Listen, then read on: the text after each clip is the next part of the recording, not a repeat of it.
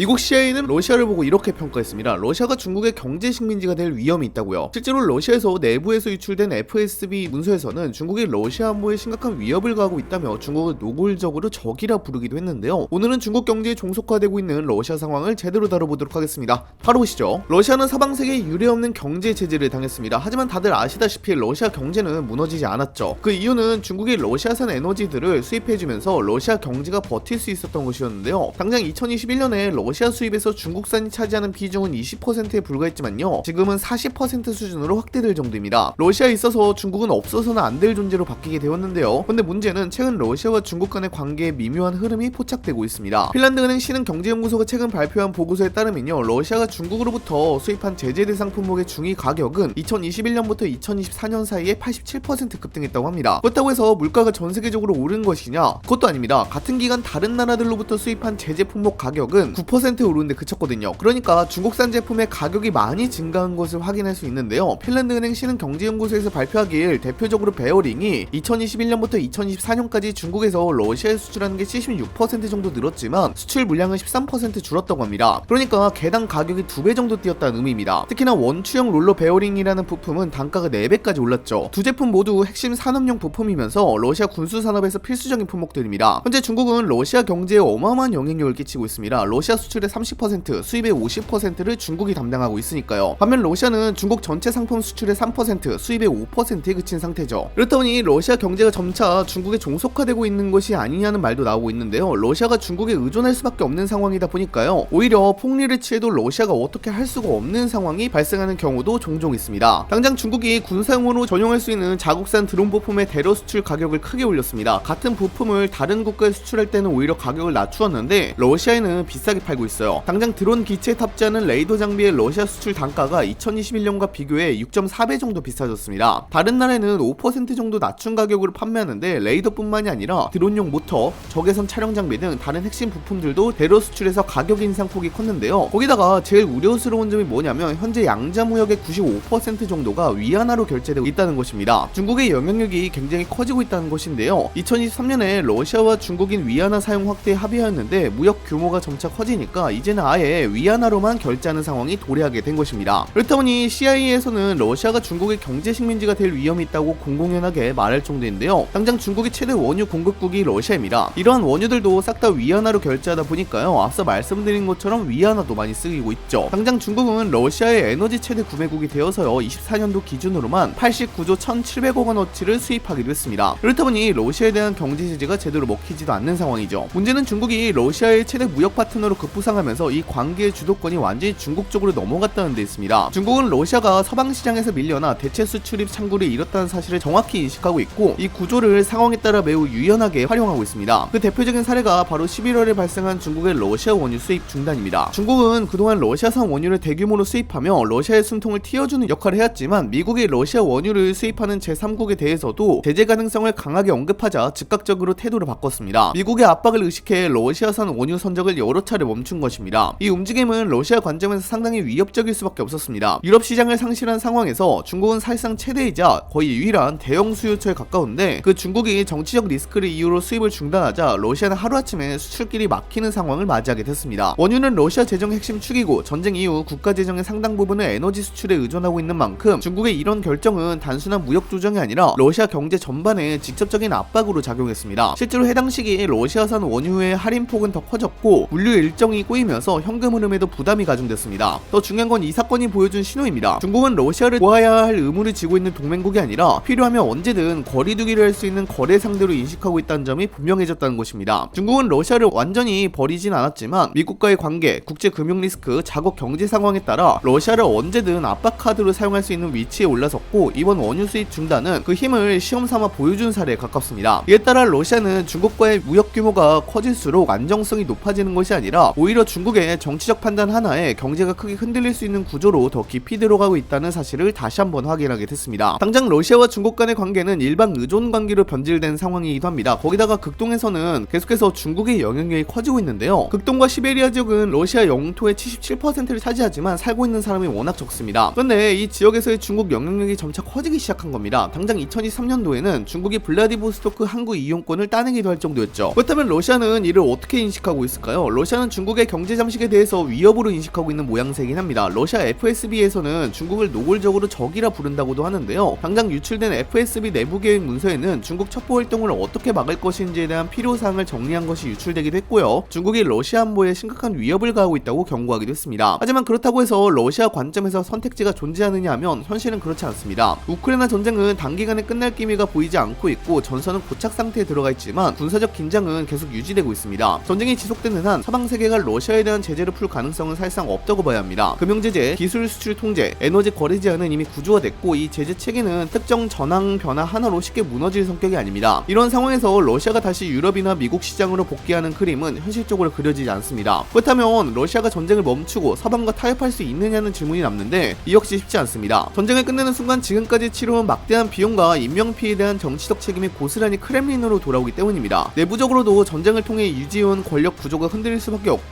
이는 정권 안정과 직결되는 문제입니다. 이런 이유로 러시아는 전쟁을 멈출 수도 출구 전략을 쉽게 선택할 수도 없는 상태에 놓여 있습니다. 그렇다고 중국과의 관계를 끊는 선택지는 더더욱 고려 대상이 될 수 없습니다. 중국은 현재 러시아의 최대 교역국이자 사실상 마지막 대규모 무역 파트너이고 에너지 수출, 공산품 수입, 금융결제까지 러시아 경제 핵심 동맥이 중국을 통해 이어지고 있습니다. 이 연결고리를 스스로 끊는 순간 러시아 경제는 급격한 수축을 피할 수 없게 됩니다. 수출길이 막히고 외화 유입이 줄어들며 산업 전반에서 부품과 장비 조달에 심각한 차질이 발생할 가능성이 큽니다. 결국 러시아는 중국의 조건이 불리하다는 사실을 알고 있음에도 불구하고 그 관계를 유지할 수밖에 없는 구조에 갇혀 있습니다. 중국이 가격을 낮추든 거래를 조정하든 정치적 이유로 압박을 가하든 러시아는 이를 감내하는 쪽에 선택할 수밖에 없습니다. 이 상황은 선택의 문제가 아니라 생존의 문제에 가깝습니다. 러시아는 지금 전쟁 때문에 서방과 등을 돌릴 수밖에 없고 서방과 등을 돌린 대가로 중국에 더 깊이 의존하게 됐으며 그 결과 중국의 판단 하나하나의 경제와 외교가 흔들리는 상태에 들어와 있습니다. 결국 러시아는 어느 쪽으로도 자유롭게 움직일 수 없는 상황에서 시간이 갈수록 협상력이 약해지는 불리한 위치에 고정되고 있다고 볼 수 있습니다. 그렇다면 여기서 자연스럽게 떠오르는 질문이 하나 있습니다. 중국은 과연 러시아를 끝까지 살려둘 생각이 있을까요? 결론부터 말씀드리면 중국은 러시아가 완전히 무너지는 상황도 다시 미국과 경쟁을 하던 거대한 강대국으로 복귀하는 상황도 모두 원하지 않습니다. 중국의 러시아는 값싼 에너지를 안정적으로 공급해주는 공급원이자 미국과 서방 세계를 상대할 때 앞에 세워둘 수 있는 전략적 완충지대에 가깝습니다. 러시아가 서방과 직접 충돌하며 부담을 떠안아주는 동안 중국은 뒤에서 숨을 고르며 시간을 벌 수 있기 때문입니다. 하지만 동시에 중국은 러시아가 다시 독자적인 영향력을 회복하는 것도 경계하고 있습니다. 군사력과 자원, 영토를 모두 갖춘 러시아가 다시 자율성을 회복하는 순간 중국으로서는 통제하기 어려운 변수가 되기 때문입니다. 그래서 중국의 전략은 분명합니다. 러시아가 쓰러지지 않을 정도로만 도와주고 스스로 방향을 정하거나 협상력을 회복할 만큼의 힘은 주지 않는 것입니다. 에너지는 사주되 가격은 깎고 물자는 팔되 조건은 불리하게 붙이며 금융과 결제는 위안화로 묶어 움직임의 폭을 제한합니다. 이렇게 러시아는 겉으로는 국가의 형태를 유지하고 있지만 실제로는 중국의 판단과 이해관계 안에서만 움직일 수 있는 구조로